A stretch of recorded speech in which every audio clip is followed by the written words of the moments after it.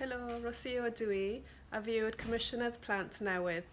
Dwi yma i rando ar bob plentyn a pherson ifanc yn Cymru ac i sicrhau eich bod chi yn derbyn y pethau rydych chi'n angen i fod yn hapus, yn iach ac yn ddiogel. Enw i pethau yma yw eich hawliau. Felly, rydw i eisiau dweud wrthoch chi tipyn bach amdana i. Cefais i fy nhenni yn Chile yn ne America. Pan gyfais i fy nhenni, roedd dyn o'r enw Augusto Pinochet yn arwain Chile. Roedd ganddo fer pŵer i gyd, ei fod e heb wedi cael ei ddewis gan bawb yn y wlad. Doedd e ddim yn credu mewn hawliau, a roedd yn rhoi pobl a oedd yn anghytuno gyda fe yn y carchar. Weithiau roedd yn taitho nhw ac weithiau eu chladd nhw. Cafod fy nad a'i artaithio, hynny yw tortured, a'i roi yn y carchar.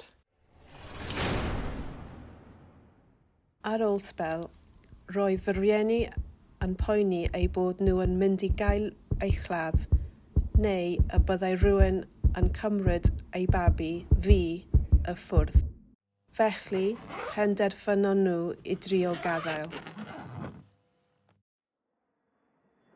Yn Lucas, roedd Cymru yn wlad lle roedd pobl yn credu mewn hawliau, ac felly cafon ni rhywle diogel i fyw yma.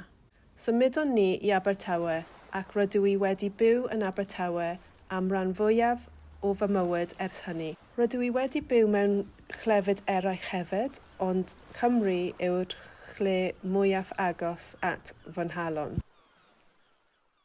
Dwi'n lycus fy mod i wedi gwneud swyddi gwahanol yn gweithio gyda plant yn Cymru.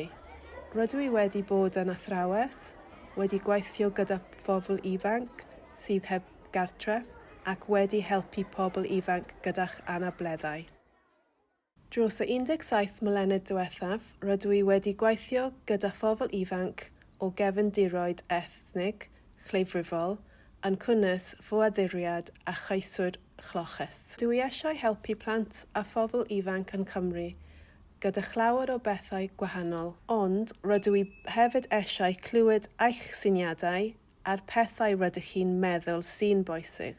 Dylwn i hefyd dweud wrthoch chi fy mod i'n dwlu ar felyn a gwyrdd, nofio ac ysgrifennu pethau, ond rydw i'n wael iawn yn coginio ac yn codi yn gynnar.